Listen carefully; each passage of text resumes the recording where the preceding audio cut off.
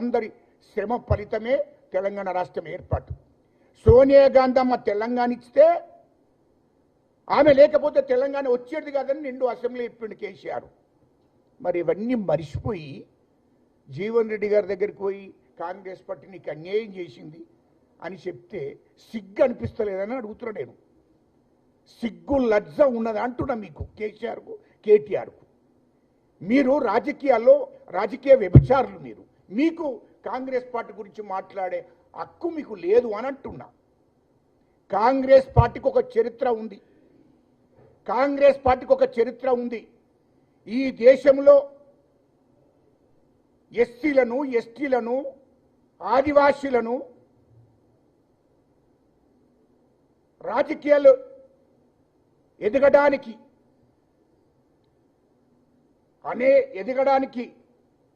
Congress party ఉపయోగపడ్డది.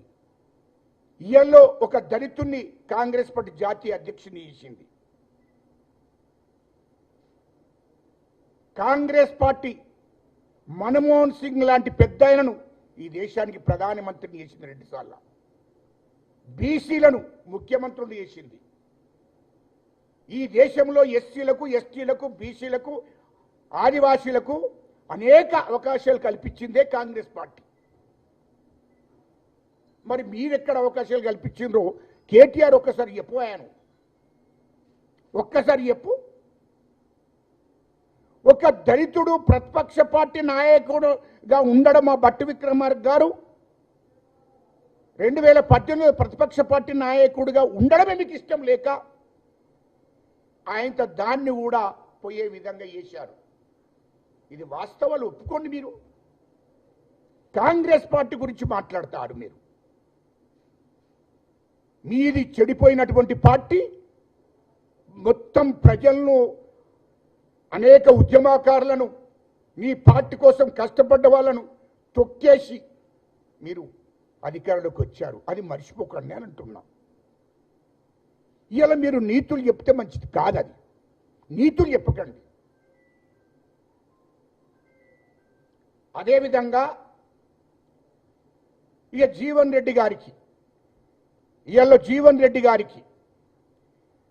Reddy గారు పాపం ఆయన మరి ఎందుకు చరిత్ర మర్చిపోయిండో ఇప్పటికీ మాకు అర్థం కావడం లేదు. కాంగ్రెస్ పార్టీని మాట్లాడితే ఆయన 77 సంవత్సరాల్లో మీకు సావు కూడా మంచిగా రాదు సార్, దయచేసి. ఎందుకంటే మంచిది కాదు. కాంగ్రెస్ పార్టీ నీకు అన్నం పెట్టింది. ఒక్కసారి అన్నం తింటే మర్చిపోకూడదు. నేను ఆ మాటలు నీతో ఎందుకంటే నువ్వు పెద్ద మనిషివి. 42 ఏళ్లలో 14 సార్లు నీకు అవకాశాలు ఇచ్చాది. 11 సార్లు ఎమ్మెల్యేగా, 3 సార్లు ఎంపీగా. ఇది వాస్తవం కాదా? జగిత్యాల్లో ఇంకెవరన్నా ఎదిగిండ్రా? అది ఒక్కటి మీరు చెప్పండి. పోనీ మీరు ఎవరి కోసమన్నా త్యాగం చేసిండ్రా? 14 సార్లు అవకాశం కల్పిస్తే 6 సార్లు గెలిచావు. ఇది వాస్తవమే కదా? మంత్రి 2 సార్లు మంత్రి చేశావు. ఇది కాంగ్రెస్ పార్టీ చేసిందే కదా? నిన్ను 6 సార్లు ఎమ్మెల్యే చేసింది కాంగ్రెస్ పార్టీ చేసిందే కదా? 2 సార్లు మంత్రి చేసింది కాంగ్రెస్ పార్టీ చేసిందే కదా? నీకు ఎమ్మెల్సీ చేసింది కాంగ్రెస్ పార్టీ చేసింది కదా నిన్ను. మన 42 ఏళ్లలో ఎప్పుడు నువ్వు అట్టిగా ఉండవు అంటున్నా.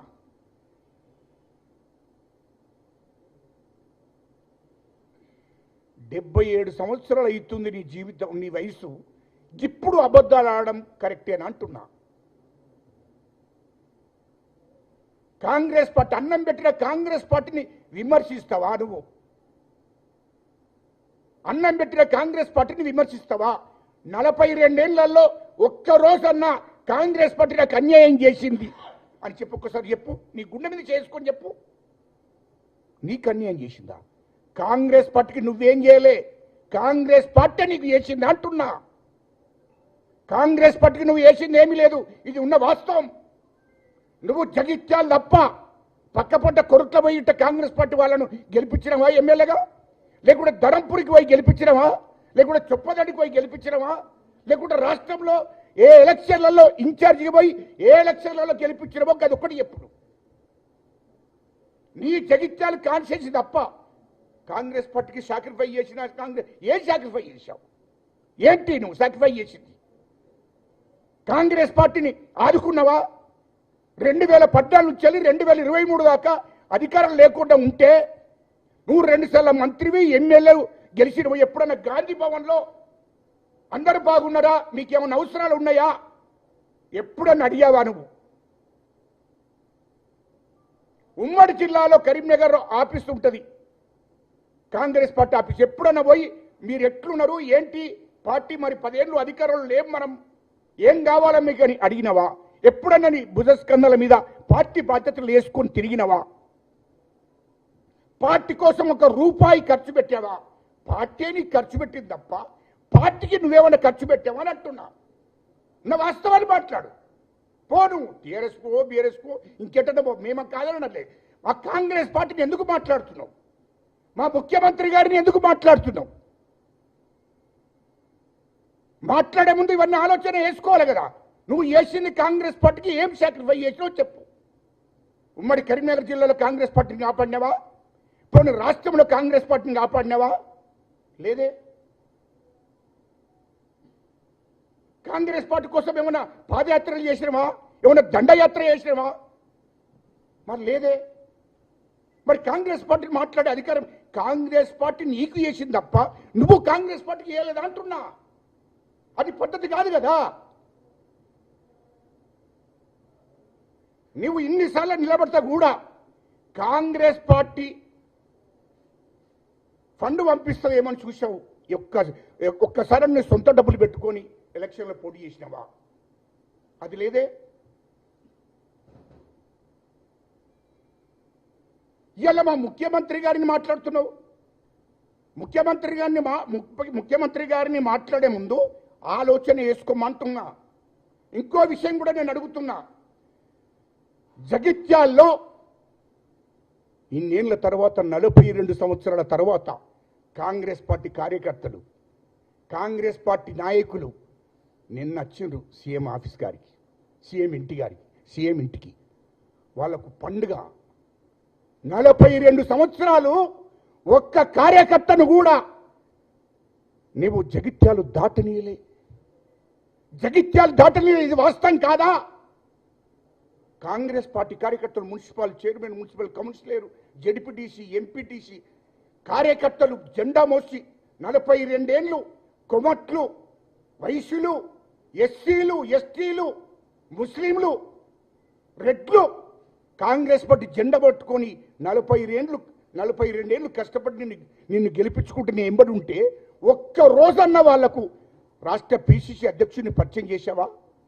ఒక్క ముఖ్యమంత్రిని పరిచయం చేశావా? ఒక్క మంత్రిని పరిచయం చేశావా? అసలు కరీంనగర్ దగ్గర రానిచ్చినవా? ఉమ్మడి జిల్లా ఉన్నప్పుడు అసలు హైదరాబాద్ రానిచ్చినవా? వాళ్ళను గడిలో వండబెట్టి కొట్టినట్టు వాళ్ళ పరిస్థితి. ఎన్నడన్నా అంత కుట్ర, అంత విషం కార్యకర్తల మీద విషం కక్కినవే. అది ఓని.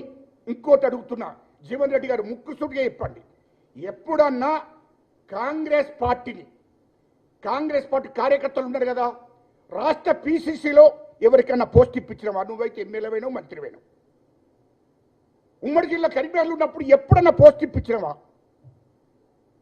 లేదే. పోనీ ఎవరినన్నా నీవు చివరికి వస్తే జగిత్యాల అవకాశం వస్తే మున్సిపల్ చైర్మన్గా నీ తమ్ముడు చేసినవు తప్ప ఒక బీసీని చేసినవా? పోనీ ఇంకో రెడ్డిని చేసినవా? ఇంకో ఎస్సీని చేసినవా? చేయలేదే. నువ్వు 2 సార్లు మంత్రిగా ఉన్నావు, రాష్ట్ర మంత్రిగా. ఎప్పుడన్నా నామినేటెడ్ పోస్టులు 40 ఏళ్ళ నుంచి కష్టపడ్డ కార్యకర్తలకు ఎప్పుడన్నా జగిత్యాల నుంచి ఏమన్నా డైరెక్టర్ని కానీ చైర్మన్ కానీ ఎప్పుడన్నా అవకాశం కల్పించినవా? కార్యకర్తలకే చేయలేదే. ఎవరైనా జడిపి చైర్మన్గా గెలిపించినవా? చేయలేదే. మరి అసలు కార్యకర్తలకు విలువ లేకుండా నీ ఇంటి చుట్టూ దింపుకున్నావు తప్ప జగిత్యాల కాన్స్టిట్యూషన్ ఉన్నటువంటి కార్యకర్తలు, ఆ జిల్లాలో ఉన్నటువంటి కార్యకర్తలకు ఎప్పుడన్నా నువ్వు అవకాశాలు కల్పించినవా? వాళ్ళ కోసం నువ్వు ఏం త్యాగం చేసినావో చెప్పు. లేదే. మరి కాంగ్రెస్ పార్టీ నువ్వు మాట్లాడే హక్కు నీకు ఎక్కడిది? నిజమైన కార్యకర్తల కోసం నువ్వు ఏం పని చేసినావు?